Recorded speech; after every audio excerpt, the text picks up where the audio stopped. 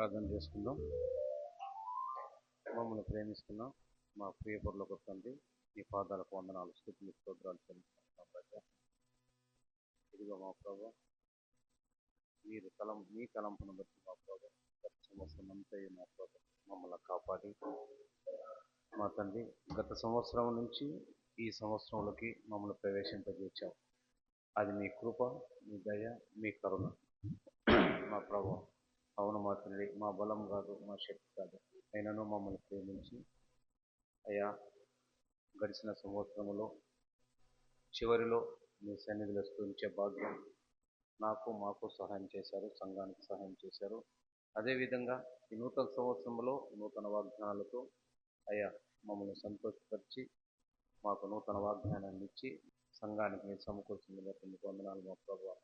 అయ్యా ఈ భాగ్యాన్ని అనేకులు నోచుకోకుండా ఆయన ఎంతోమంది నాయన ఉంటారు, కానీ ప్రతి బిడ్డకును మీరు దయచేయండి అయ్యా, ఈ తరుణాన్ని దయచేయండి. ఇక మా ప్రభాని సన్నిధి నడిపి ప్రతి బిడ్డకు ఆయన మార్గాన్ని సరళం చేయండి, ఇబ్బందులు తొలగించండి. ఏమున్నానో వారికి నేను మీరు సహాయం చేసి మీరు మీ సన్నిధి నడిపించండి.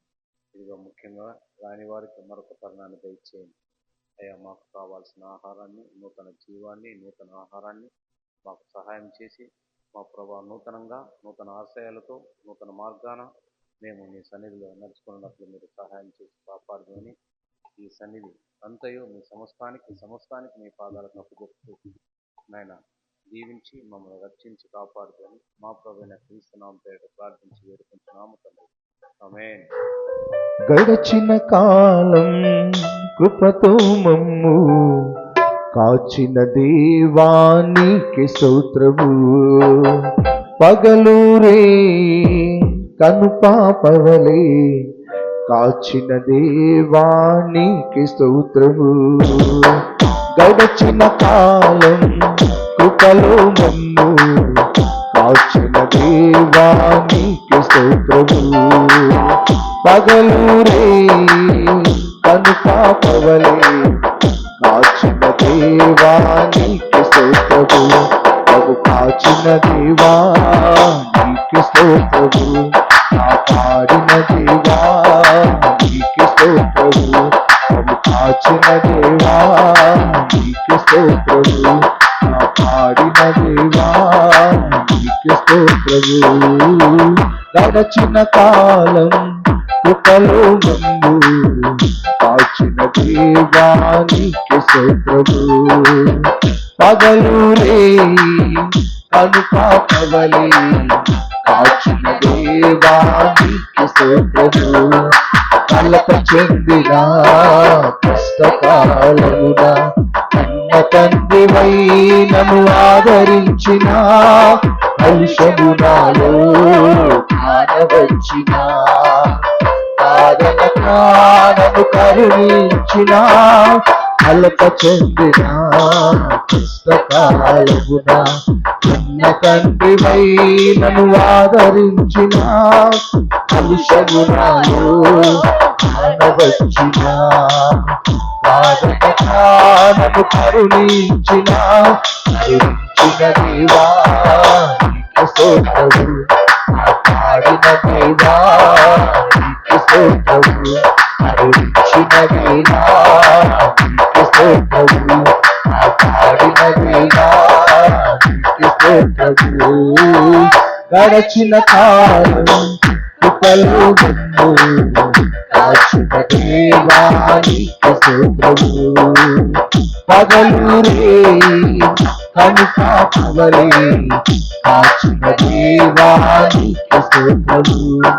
లోకములెన్నో దాగి ఉండరు, దాతృత్వముతో నన్ను నడిపించిన, అవిధేయతలే ఆవరించిన, దీవెనలెన్నో దయచేసిన, లోకములెన్నో దాగి ఉండరు, దాతృత్వముతో నన్ను నడిపించిన, అవిధేయతలే ఆవరించిన, దీవెనలెన్నో దయచేసిన, దీవించిన దేవా నీకు స్తోత్రము, దీవించిన దేవా నీకు స్తోత్రము నీకిచ్చిన దేవా నీకు స్తోత్రము చూపిన దేవా నీకు స్తోత్రము గడచిన కాలం కృపలు నన్ను కాచిన దేవా నీకు స్తోత్రము పగలు రే కనుపావలే కాచిన దేవా నీకు స్తోత్రము గడచిన కాలం కృపలో నన్ను కాచిన దేవా నీకు స్తోత్రము పగలు రే కనుపావలే కాచిన దేవా నీకు స్తోత్రము నన్ను కాచిన దేవా నీకు స్తోత్రము కాపాడిన దేవా నీకు స్తోత్రము నన్ను కాచిన దేవా నీకు స్తోత్రము కాపాడిన దేవా నీకు స్తోత్రము. హల్లెలూయా హల్లెలూయా. స్తుతించి పాడెదం స్తుతుల స్తోత్రార్హుడా ఉత్సాహించి పాడెదం ఉదయ సాయంత్రము స్తుతుల సింహాసనం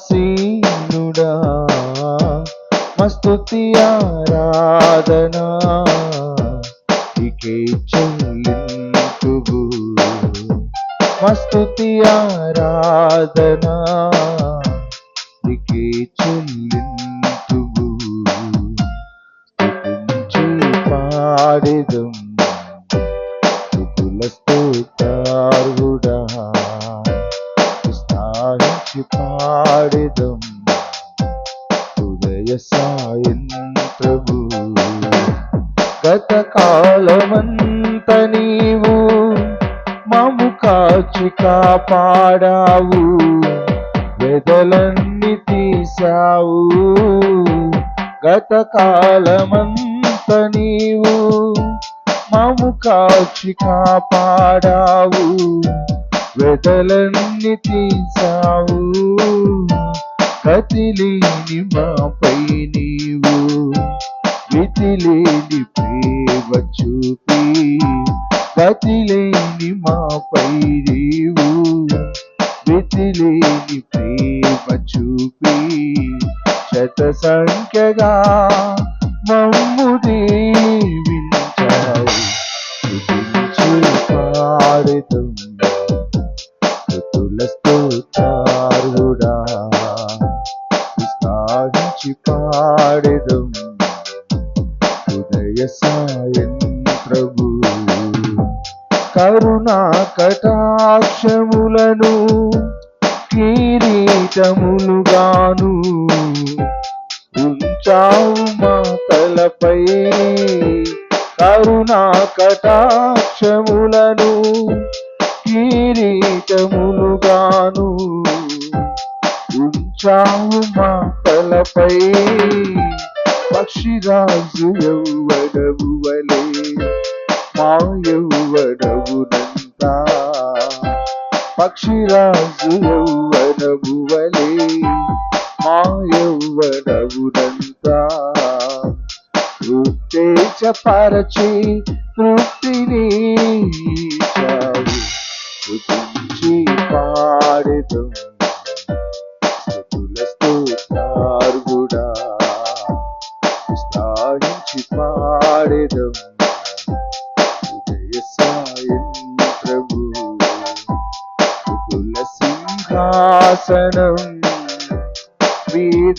వీదాసీనుడా మస్తుతి ఆరాధనా నీకే చెల్లింతువు మస్తుతి ఆరాధనా నీకే చెల్లింతువు స్తుతించి పాడెదం స్తుతుల స్తోత్రార్హుడా ఉత్సాహించి పాడెదం ఉదయ సాయంత్రము.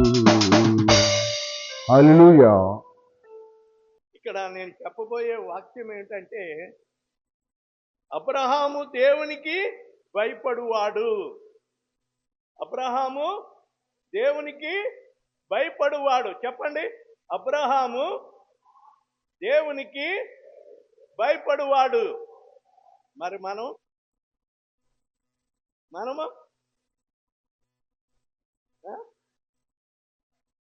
భయపడాల.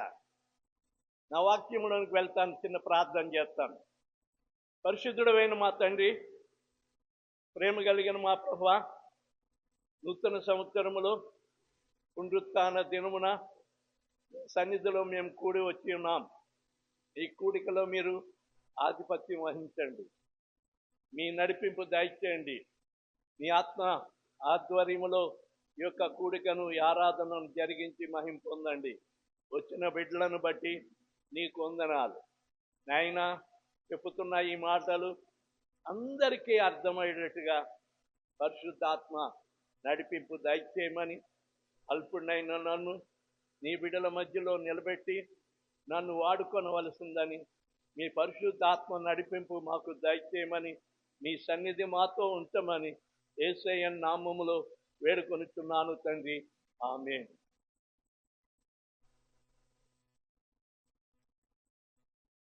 అబ్రహాము దేవునికి భయపడువాడు. ఆదికాండము 22వ అధ్యాయము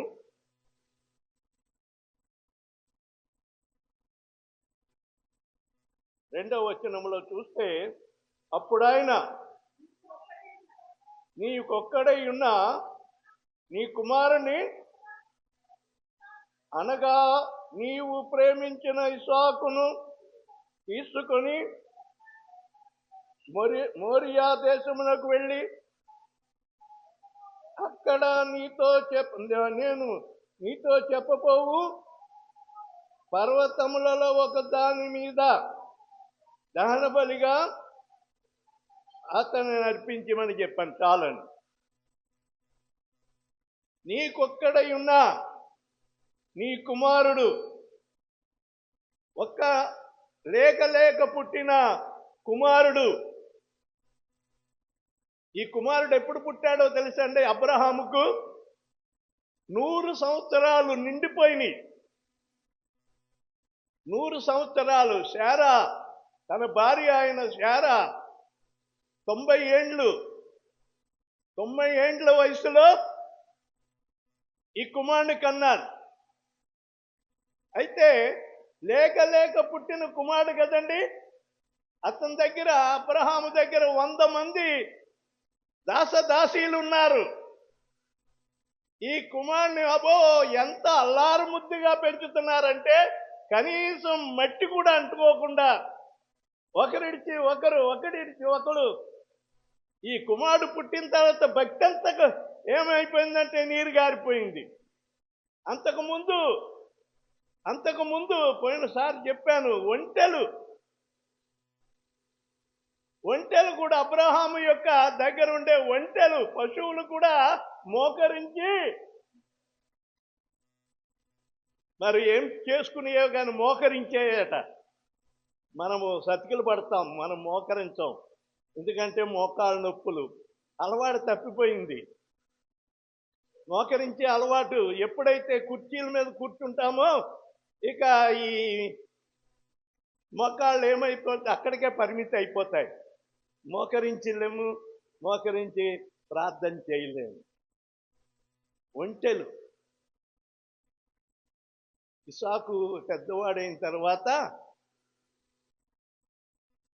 ఇస్సాకుకు పెళ్లి చేయటానికి అబ్రహాము, వృద్ధాప్యంలో ఉన్న అబ్రహాము తన పెద్ద సేవకుడైన ఎలియాజరును పిలిచి ప్రమాణం చేయించి, నేనున్న ప్రాంతం అంతా అన్యజనాంగము, ఇందులో అన్యజనులను నా యొక్క కుమారునికి వివాహం చేయటానికి నేను ఇష్టపడలేదు. నా బంధువులలో, నా దేశానికి వెళ్ళి నా బంధువుల్లో ఉన్న ఒక అమ్మాయిని తీసుకురావాలని చెప్పి ప్రమాణం చేయించుకుని, అబ్రహాము తన సేవకుడైన ఎలియాజరుతో పాటు ముఖ్యమైన ఒక 10 మంది పెద్దలను తీసుకుని 10 ఒంటెల మీద బయలుదేరతారనమాట అండి.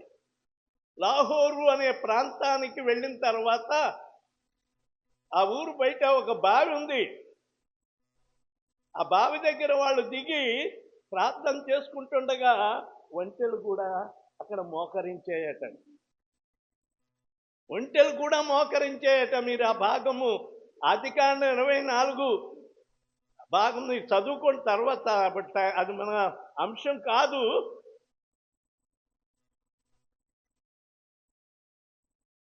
ఒట్టి నోరు లేని జీవాలు కూడా భక్తి నేర్చుకున్నాయి, దేవునికి భయపడే. అవి అబ్రహాము ఎలాగ నడుచుకున్నాడో జంతువులు కూడా ఆ యొక్క మరి తన దగ్గర ఉన్న పశువులు కూడా అలాగ నడుచుకున్నాయి. మరి మనము జ్ఞానము గలవారం ఏమండి, మరి ఎంతో చక్కగా మరి దేవుడు మనలను సృజించాడు. దేవుని ప్రజలమని బాప్తిసం కూడా తీసుకున్నాం. కాసేపు ఉంటే బల్లలో కూడా పాలు పొందుతాం. ప్రేమైన వాళ్ళరా, దేవుని భయం ఎక్కడుంది? దేవుని భయం ఎక్కడుంది? దేవుని వాక్యంలో చక్కని మాట రాయబడింది. నన్ను ప్రేమించు వారిని ఆస్తికర్తలుగా చేసేదను అన్నాడు. ఏమండి? సామెతల గ్రంథము 8వ అధ్యాయము 21వ వచనం. నన్ను ప్రేమించు వారిని ఏమండి ఆస్తికర్తలుగా చేస్తానన్నాడు. దేవుడు నీకు ఇచ్చిన ఆస్తి కానివ్వండి, దేవుడు నీకు ఇచ్చిన ఉద్యోగం కానివ్వండి, దేవుడు నీకు ఇచ్చిన వ్యాపారం కానివ్వండి, దేవుడిచ్చిన నీకు ఆ వృత్తి కానివ్వండి, ఏదైనా సరే దేవుడిచ్చిందే. దేవుడు ఇవ్వకుండా నీకేమీ లేదు. దేవుడు నీవు అడిగిందల్లా ఇస్తా ఉన్నాడంటే నీకింత తాస్కారమా? భయం లేకుండా జీవిస్తున్నావు. పైగా ఎంతసేపటికి గుడి ఇడిచిపెట్టరు, గంటలు గంటలు అయిపోతాయి. ముగించే టైంలో వస్తే నేను వాళ్ళకి కొడుకు ఏం నేర్చుకుంటారు చెప్పండి? టైం అయితే రావద్దు, దేవునికి లెక్క చెప్పుకోండి. నువ్వు ఆస్తికర్తగా అవ్వాలంటే, నీ వ్యాధ్యము తీరాలంటే, నీ వ్యాధి పోవాలంటే దేవుని దగ్గరికి టయానికి రా. అబ్రహాము ఈ పిల్లోడు పుట్టిన తర్వాత ఏమైపోయిందంటే ప్రార్థనా జీవితం తగ్గిపోయింది. పిల్లోడిని పట్టుకుని ఆడించుకుంటూ పాడించుకుంటూ ఇంకా అదే భక్తి లేదు. ఇక ఆడకపోయినా సరే ముద్దుకెళ్ళి పక్కన ఉన్నవాడు వాక్యం కూడా వినపడటానికి లేదనమాట. ఇది నేను నా అంతటా నేను చెప్పింది కదా, దేవుని యొక్క నడిపింపును బట్టి చెప్తున్నాను.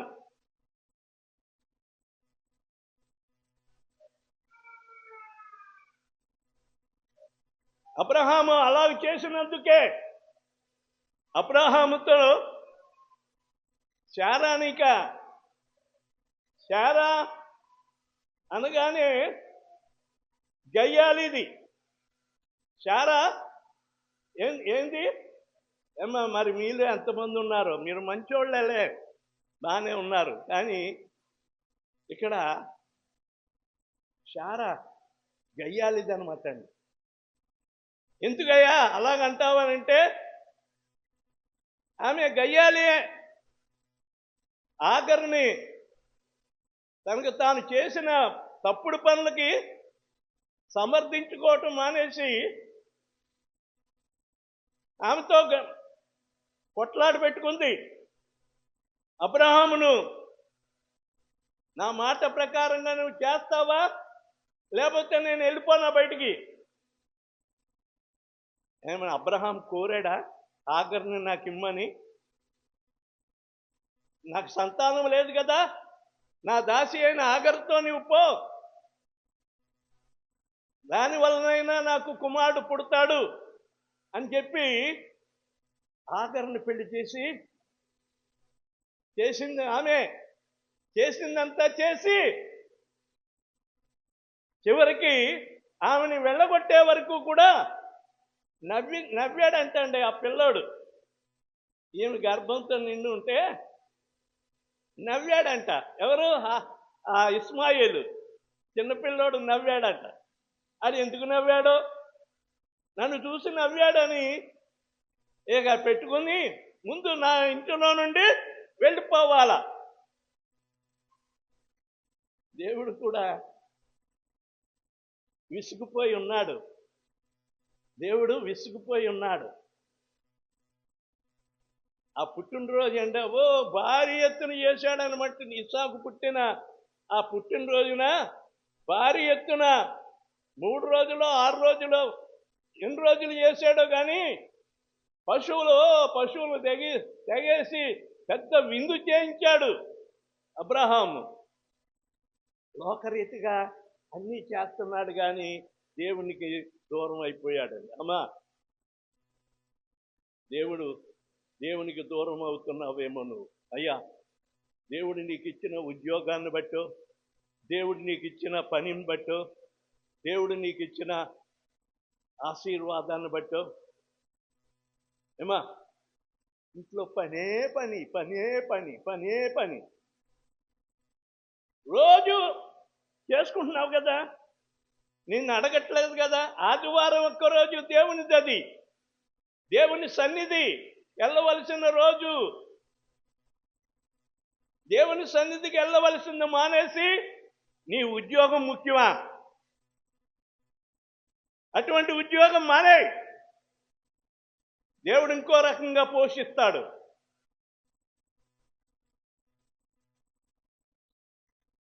దేవుడు ఇస్తాడండి. ఇక్కడ ఆయన మాట ఏమంటున్నాడంటే, ఇక్కడ నన్ను ప్రేమించు వారిని ఆస్తికర్తలుగా చేయుదునన్నాడు. చూడండి, సామెతల గ్రంథం అది అలాగే ఉంచి నోటితో చెప్తే అర్థం కాదు.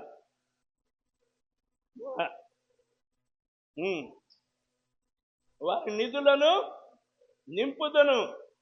ఇది దేవుడు మాట ఇచ్చిన మాట ఎన్నటికీ కూడా తప్పిపోదు. దేవుడు మాట ఇచ్చాడంటే ఆ మాట నీ జీవితంలో నెరవేరుతుంది. 21వ వచనములో నన్ను ప్రేమించు వారిని ఆస్తికర్తలుగా చేయుదును. ఏమండి? ఆస్తికర్తలుగాను చేయుదును, వారి నిధులను నింపుదును. నిధులంటే ఏ ఇబ్బంది లేకుండా రాగులే కానీ, గోధుమలే కానీ, బియ్యమే కానీ, దానికి కావలసిన సరుకులే కానీ, ఇది లేదు అనే మాట ఇంట్లో వినపడదు.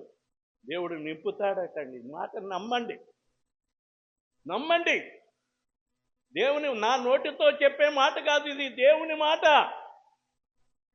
దేవుని మాట ఎన్నడూ కూడా నిరర్థకం కాదు. భూమి ఆకాశములు గతించును కానీ నా మాట ఎన్నడూ కూడా గతించదు. భూమి ఆకాశం గతించిపోవచ్చు కానీ దేవుని మాట ఎన్నడూ కూడా గతించదు. చూడండి, దేవునికి భయపడి, దేవునికి లోబడి, దేవుని కొరకు పరుగులెత్తండి. దేవుడు ఎందుకు ఇవ్వడు? ఇస్తాడు. దేవుని కొరకు పరుగులెత్తాలి.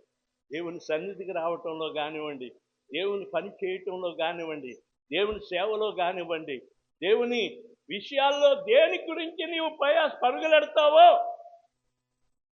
దానిలో దేవుడు నిన్ను హెచ్చిస్తాడు. అబ్రహామును ఏమన్నాడు? నీకొక్కడై ఉన్న నీ కుమారుని ఏమా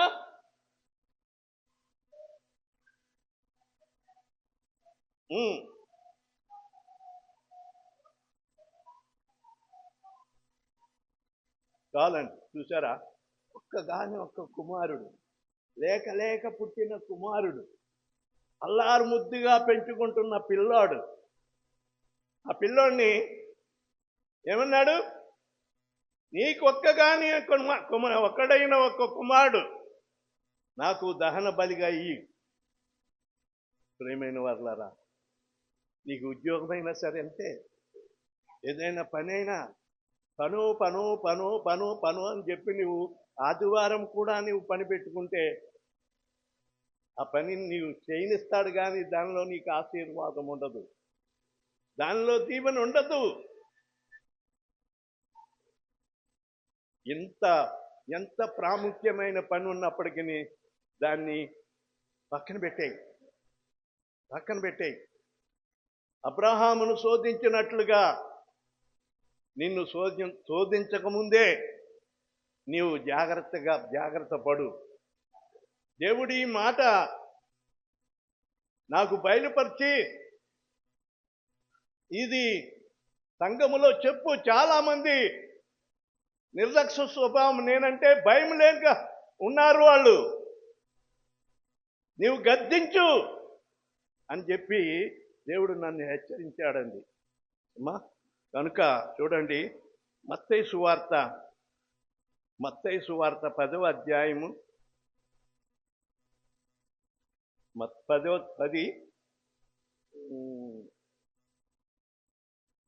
37 వచనం చూడమ్మా. చూసారా? తండ్రినైనను తల్లినైనను నాకంటే ఎక్కువగా ప్రేమించువాడు నాకు పాత్రుడు కాడు. కుమారుణ్ణైనను కుమార్తెనైనను నాకంటే ఎక్కువగా ప్రేమించువాడు నాకు పాత్రుడు కాడు. ఇంకా తన సిలువనెత్తుకుని నన్ను వెంబడింపని వాడు నాకు పాత్రుడు కాడు. పాత్రుడు కాడు అంటే నాకు ఇష్టడు కాదు, వాని యందు నాకు ఇష్టం లేదు. చూసారా? తండ్రినైనను తల్లినైనను నాకంటే ఎక్కువగా ప్రేమించువాడు నాకు పాత్రుడు కాదు. కుమారుడినైనను కుమార్తెనైనను నాకంటే ఎక్కువగా ప్రేమించువాడు నాకు పాత్రుడు కాడు. తన సిలువనెత్తుకుని నన్ను వెంబడింపని వాడు నాకు పాత్రుడు కాడు. దేవుణ్ణి నమ్ముకున్నావు. దేవుళ్ళు నడవటానికి కొన్ని ఆటంకాలు ఉన్నాయి. అందుకనే సిలువను ఎత్తుకోమన్నాడు. అయ్యా బయటున్న యవనస్తులు దేవుని వాక్యం వినాలి.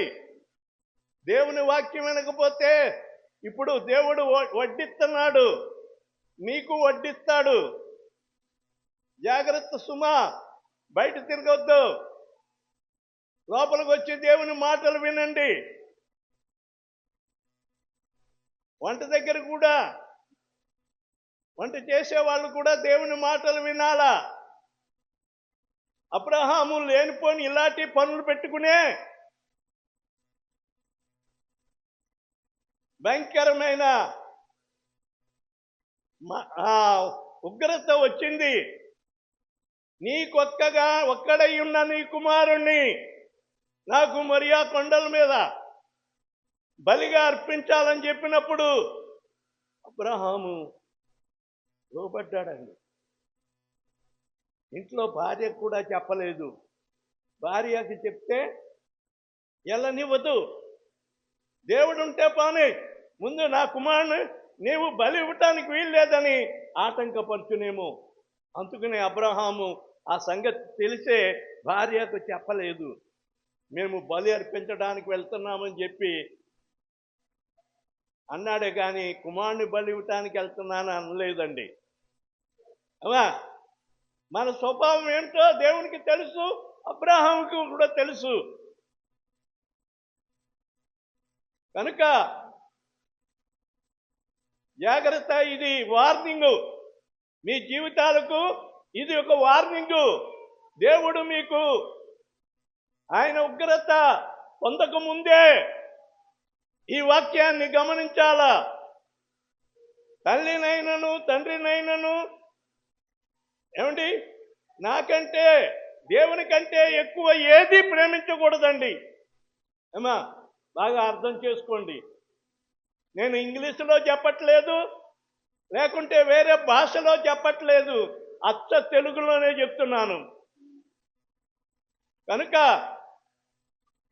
ప్రియమైన వారలారా, దేవుని కంటే నువ్వు ఎక్కువ ఎవరిని ప్రేమిస్తావో దేవుడు వారిని మొత్తుతాడు.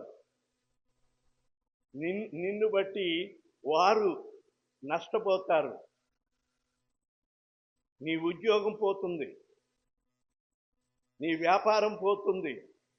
మొన్న ఒక ఆయన ఫోన్ చేసి, అయ్యా వ్యాపారం కొరకు ప్రార్థన చేయండి, వ్యాపారం సరిగా జరగట్లేదు. ఎందుకంటే దేవుడు అంటే భయం లేదు.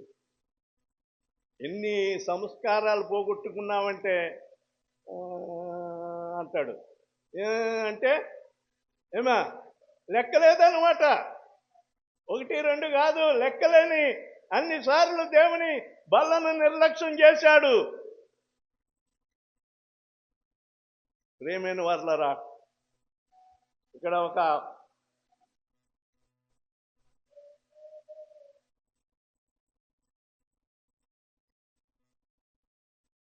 ఆదికాండము 14వ అధ్యాయము 18 నుండి ఇక్కడ ఒక చరిత్ర వ్రాయబడి ఉన్నది. అబ్రహాము కాలంలో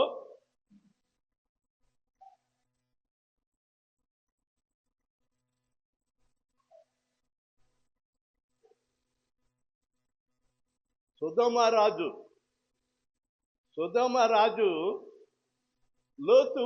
లోతు అంటే అబ్రహాము యొక్క తండ్రి, అబ్రహాము పినతండ్రి యొక్క కుమారుడు ఎవరు? లోతు. బాగా అర్థం చేసుకోండి. అబ్రహాము యొక్క పినతండ్రి అంటే అండి చిన్నాయన కొడుకు లోతు. మరి అబ్రహాంకి ఏమవుతాడు? ఏమా చిన్నాయన కొడుకు ఏమవుతాడమ్మా? వరుసలు కూడా మర్చిపోతే ఎట్లా అండి? పిన్నాయన కొడుకు లోతు, అబ్రహాము పిన్నాయన కొడుకు లోతు. అయితే అబ్రహామును దేవుడు పిలిచినప్పుడు మరి అబ్రహాము వెనకాల లోతు కూడా వచ్చేశాడు. నేను నీతోనే వస్తాను, నేను ఇక్కడుండి ఏం చేస్తానని చెప్పి అతడు దేవుని పిలుపుని అందుకుని మరి కనాను దేశానికి వచ్చేస్తే లోతు కూడా వెనకాల వచ్చాడు. ఏమా నీ వెనకాల ప్రార్థనకు వస్తుంది. నేను ఎక్కడికి వెళ్తున్నావు పిన్ని అంటే, నేను ప్రార్థనకి వెళ్తున్నాను అని అన్నప్పుడు నీ ఊళ్ళో ఎవరైనా బిడ్డలు నేను రావచ్చా అంటే, తప్పనిసరిగా రా, దేవుడు నిన్ను ఆశీర్వదిస్తాడు అని చెప్పి వాళ్ళు తోడుకు రావాలి. దేవుడు నిన్ను ఆశీర్వదించినట్లుగా వాళ్ళని కూడా ఆశీర్వదిస్తాడు. అబ్రహాము దేవుని పిలుపును బట్టి బయటకు వచ్చాడు. వచ్చి చక్కగా దేవుని ఆశీర్వాదం పొందుకున్నాడు. అబ్రహాముతో పాటు లోతు కూడా ఆశీర్వదింపబడ్డాడు. బాగా గమనించండి, ఇది జరిగిన సంగతి, కట్టుకట కాదు. దేవుణ్ణి వెంబడిస్తే ఏమన్నాను ఇందాక? ఆస్తికర్తలుగా చేస్తానన్నాడు. ఆస్తికి కర్తలుగా చేస్తాడట. నీవు దేవుణ్ణి ఖచ్చితంగా హృదయపూర్వకంగా దేవుణ్ణి వెంబడించు. ఏమున్నా ఏమి లేకపోయినా దేవుడు నిన్ను ఆశీర్వదిస్తాడు. దేవుని స్తోత్రం, హల్లెలూయా. ఎప్పుడు నా పనులు, నా లోకము, నా ఇది అని అనుకుంటే నీ అలాగే ఉండు, రావక్కర్లేదు. నువ్వు రాలేదని ఏమో ఎందుకు రావట్లేదు ఏంటి అని అడుగుతాను. రాలేదు, నాకేదో పని ఉందని అంటే నీ ఇష్టం పో, దేవుడు చూసుకుంటాడు పో అంటాను. నిర్బంధం ఏమీ లేదు. నీవు ఆశీర్వాదం కావాలంటే వెంబడించు, నీకు ఆరోగ్యం కావాలంటే వెంబడించు.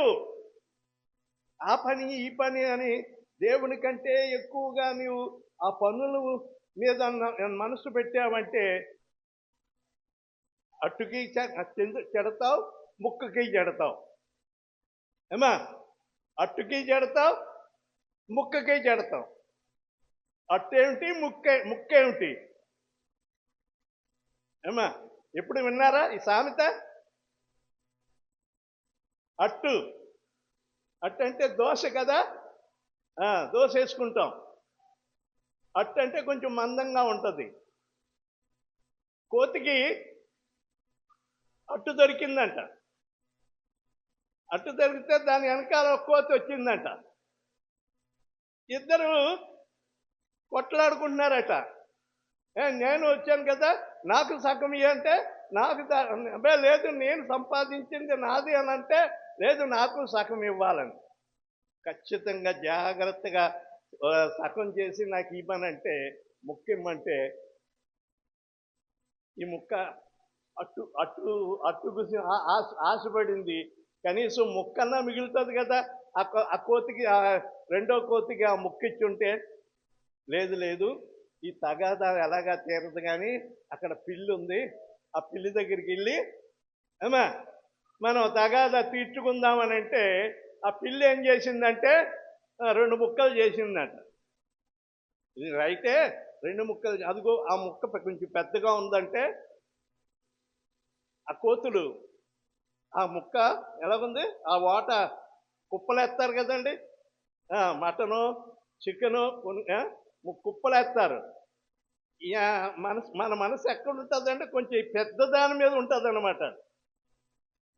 ఈ ఒక కోతికి ఆ ముక్క కొంచెం పెద్దగా ఉన్నదనేసరికి ఆ పిల్లి ఏం చేసిందంటే కొంచెం కొరికి అక్కడ పెట్టిందంట. అప్పుడు ఇది చిన్నదైపోయింది, ఇప్పుడు ఇది పెద్ద అయిపోయింది. ఇప్పుడు అది పెద్దదని అనేసరికి అది కొంచెం కొరికిందంట. అప్పుడు మళ్ళా ఇది అది చిన్నదైపోయిందని అనేసరికి మళ్ళీ ఇది కొంచెం కొరికిందంట. అలాగా కొరికి ఇంత కూడా మిగలలేదట. అమ్మా, ఇంత కూడా మిగలలేదు. అది సామెత అనమాట. అట్టుకి జడింది, ముక్కకి జడింది అన్నమాట. అలాగా మనము అర్థం చేసుకోవటానికి చెప్తాను. ఇవి హాస్యం కోసం కాదు, అర్థం అవ్వాల. మనకి పెద్ద విద్యావంతులం కదా, అర్థం చేసుకోవటం కొంచెం కష్టం కనుక మరి అర్థం చేసుకోవాలండి. దేవుని యొక్క ఆశీర్వాదము అబ్రహాంకి వచ్చింది. అబ్రహాము వెనకాల వచ్చిన లోతు కూడా అబ్రహాముకున్న ఆశీర్వాదము ఈయనకు కూడా వచ్చేసింది. ఈయన ఆస్తిపరుడైపోయాడు, ఈయన ఆస్తిపరుడైపోయాడు. వీళ్ళు దేవుణ్ణి వెంబడించారు. దేవుణ్ణి వెంబడించి ఆస్తిపరులైపోయారు. పనివారు ఎక్కువైపోయారు. ఈ పశువులు పెరిగిపోయి అమ్మా. అయితే ఈ పశువులు వెళ్ళి ఈ పశువుల్లో కలుపుతున్నాయట, ఈ పశువులు వెళ్ళి ఆ పశువుల్లో కలుపుతున్నాయట. అప్పుడు ఈ పని వాళ్ళకి, యజమానులు బాగానే ఉన్నారు, ఈ పని వాళ్ళకి కొట్లాడొచ్చిందంట. రే, నీ పశువులను జాగ్రత్తగా పెట్టుకో, మా దాంట్లో కలుస్తున్నాయంటే వీళ్ళేమంటారు, మీ పశువులు మా దాంట్లోకి వస్తున్నాయి, జాగ్రత్తగా పెట్టుకోమని కొట్లాడుకు వెళ్ళిపోయారటండి. కొట్టుకున్నంత పని అయిపోయింది. అది చివరికి ఎవరి దగ్గరికి వెళ్ళింది? అబ్రహాం దగ్గరికి వెళ్ళింది. అబ్రహాము లోతును పిలిచి, మన ముఖాలు నల్లబడకూడదు, ఏదైనా ఉంటే మనమే సరిచేసుకోవాలి, కానీ పనులతో చెప్పించుకునే పని రాకూడదని చెప్పి, ఇదిగో నీవు ఏ పక్కకి వెళ్తావో ఆ పక్కకి వెళ్ళిపో, నేను మిగిలిన చోట వెళ్తాను ఎవరు? అబ్రహాం అన్నాడండి. అయితే అబ్రహాము ముందు ఛాన్స్ ఎవరికి ఇచ్చాడు? లోతుకి ఇచ్చాడు. లోతు మంచి పచ్చడి ప్రదేశం చూసుకున్నాడు, అదే సొదొమ గుమారాలు. దానికి ఒక రాజు ఉన్నాడు. సొదొమ గుమారాలో ఒక రాజు ఉన్నాడు. అయితే అక్కడికి వెళ్ళి కొన్నాళ్ళు ఉన్నాడేమో ఇల్లు కట్టుకుని. అబ్రహాము తాను దేవుడు ఆశీర్వదించాడు. ఏం మిగిలిందంటే రాళ్ళు రప్పలే. దేవుడు దాన్ని ఆశీర్వదించాడు. దేవునికి అసాధ్యమైంది లేదు. ఏ రాళ్ళైనా రప్పలైనా దాన్ని ఆశీర్వదిస్తాడు.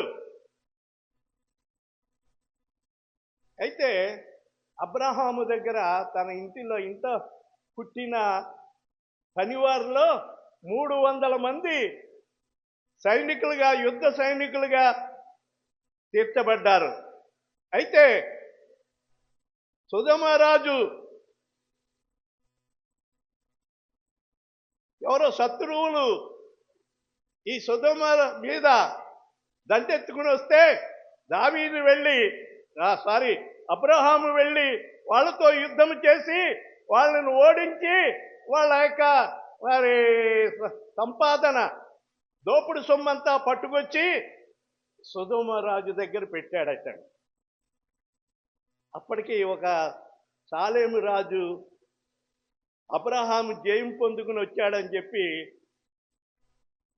సాలేము రాజు అబ్రహాం దగ్గరికి వచ్చి, యెహోవా వలన నీవు దీవెన నొందెదవు, నీవు దీవింపబడదు అని చెప్పి దైవజనుడు దీవించాడట.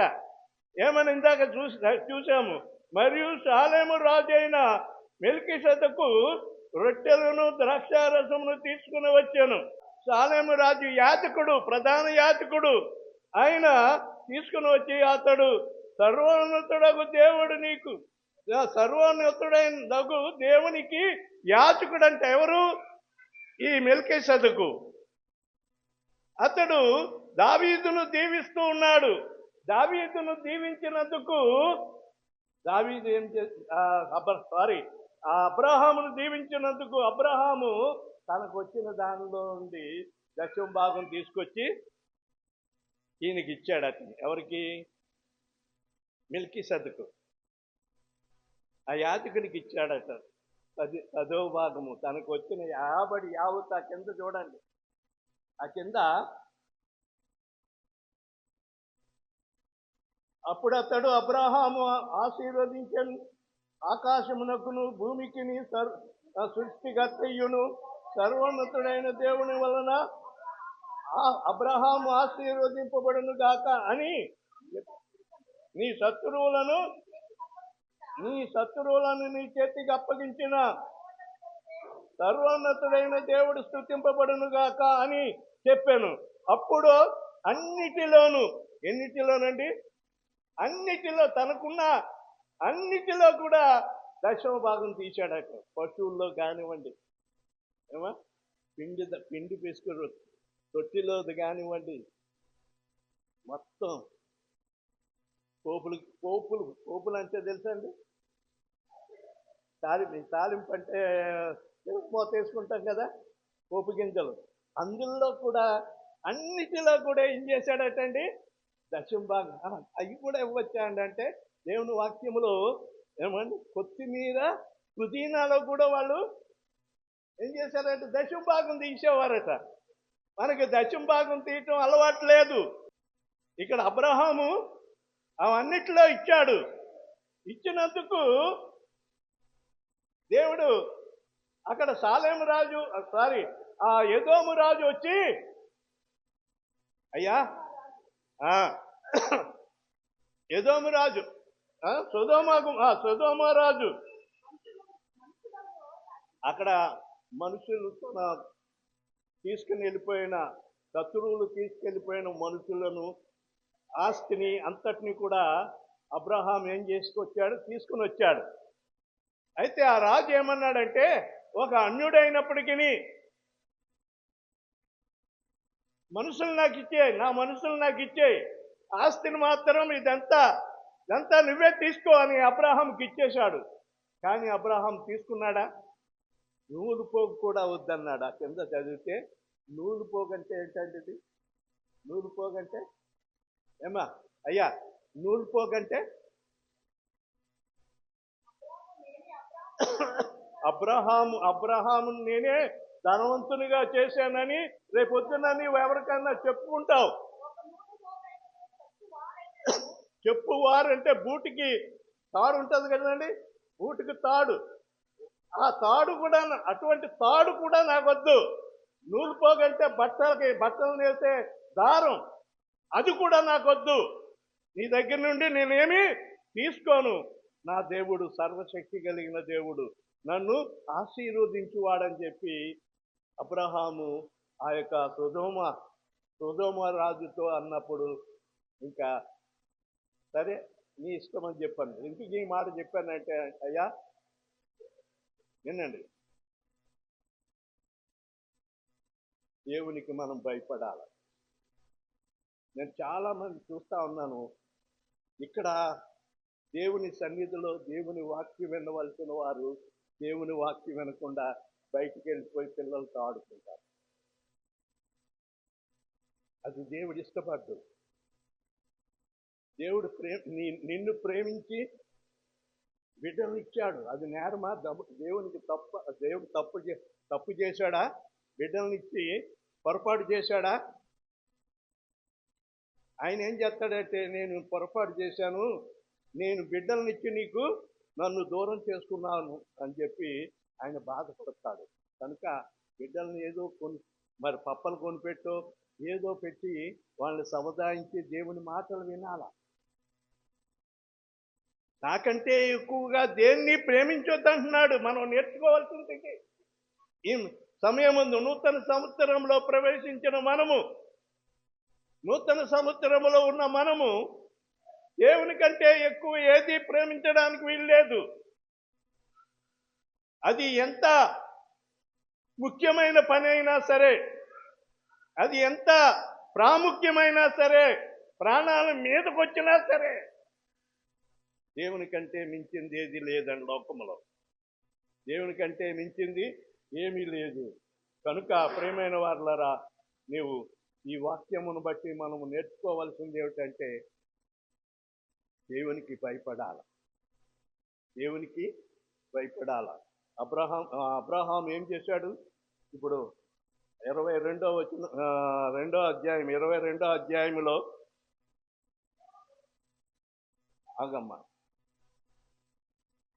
11వ వచనం చూద్దాం. 22:11 చిత్తము ప్రభువా నేను. అప్పుడు ఆయన, ఆ చిన్నవాని మీద చెయ్యి వేయకుము, అతనిని ఏమీయూ చేయకుము, నీకొక్కడై ఉన్న నీ కుమారుని నాకు వెనుతీయలేదు గనుక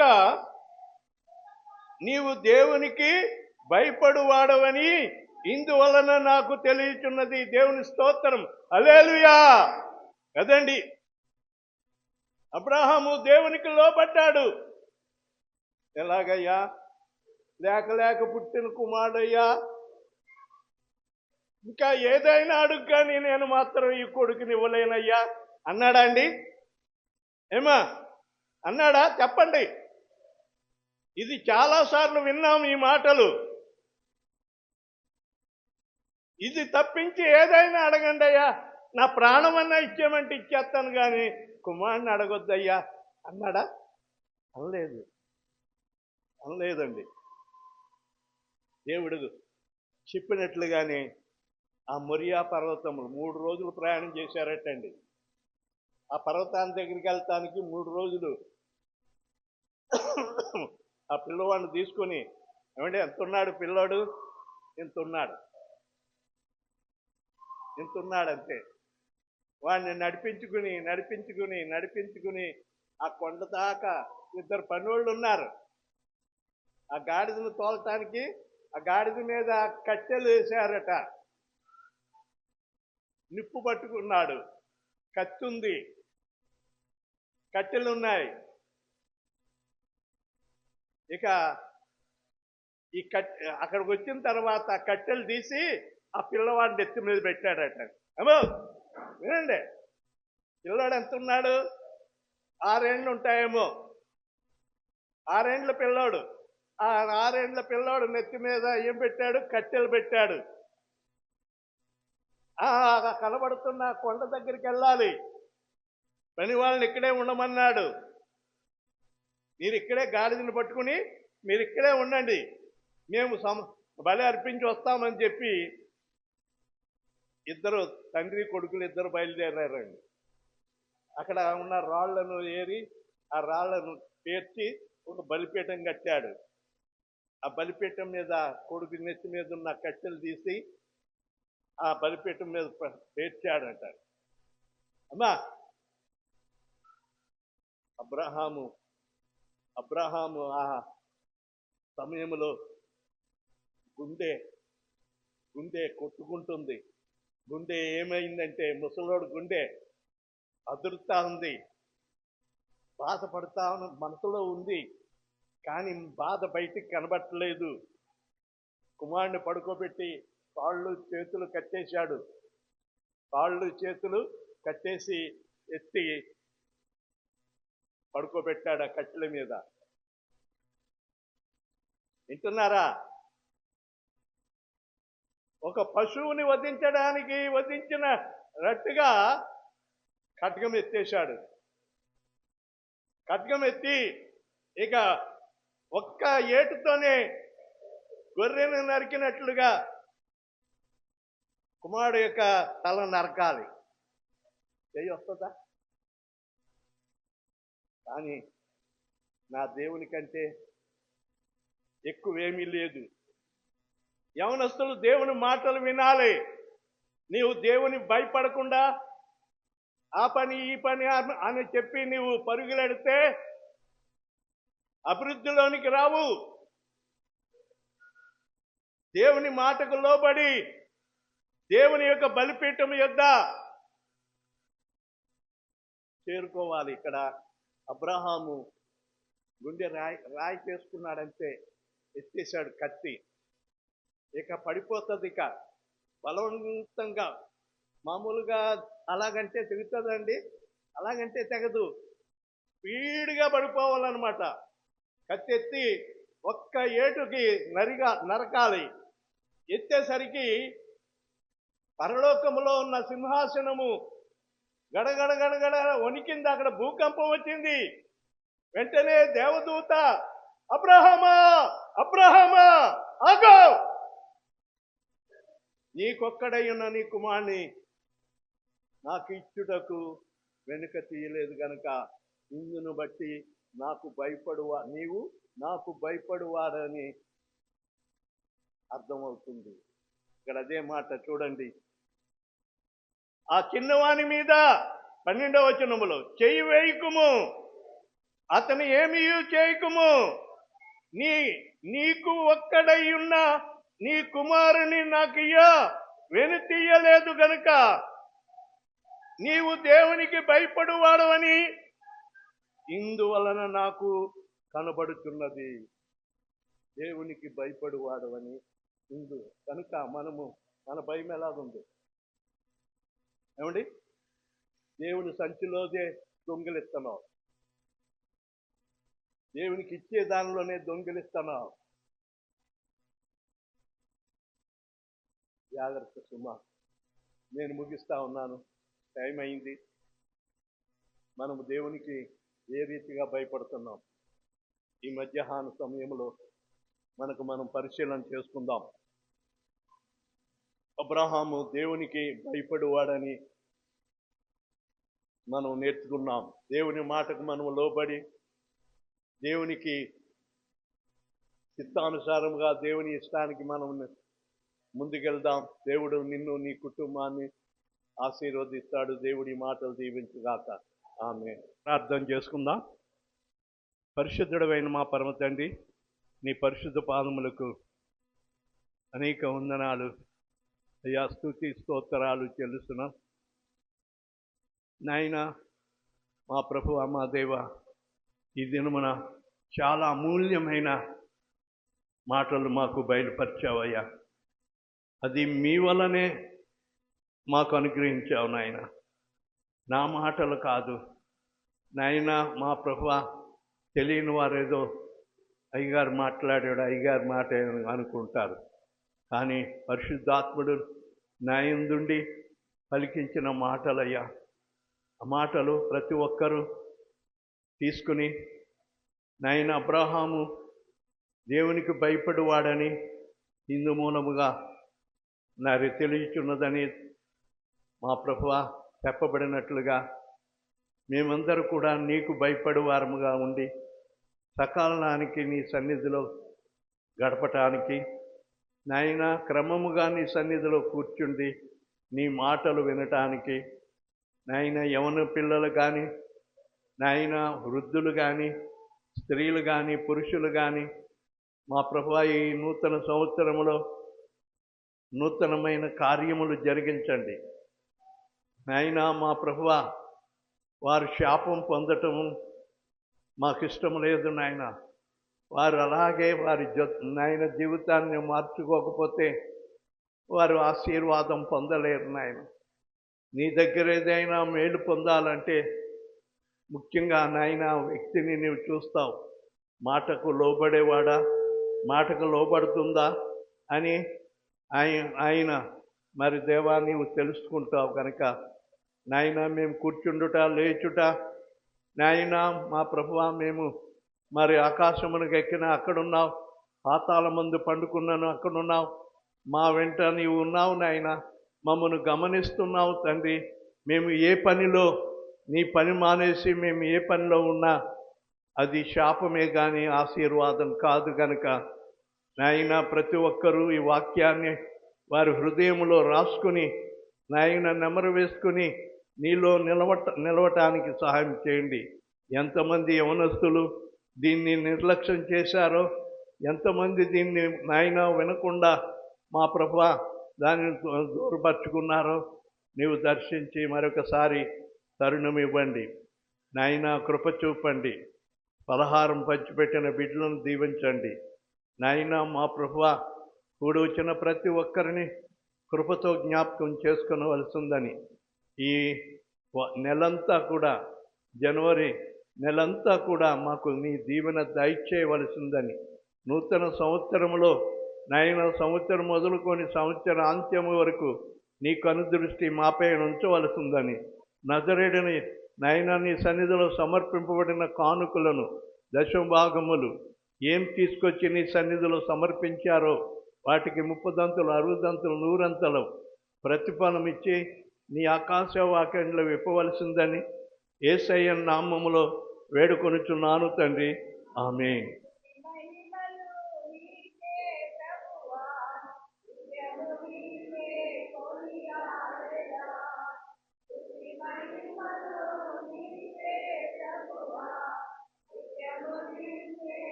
ఆమేన్ ఆమేన్. మన తండ్రి అయిన దేవుని ప్రేమ, ప్రభు అయిన యేసుక్రీస్తు వారి యొక్క కృప, పరిశుద్ధాత్మని యొక్క నిత్య సహవాసము సమాధానం కూడొచ్చిన మనందరికీ సదా తోడైండును గాక. ఆమేన్ ఆమేన్. Praise the Lord. God bless you.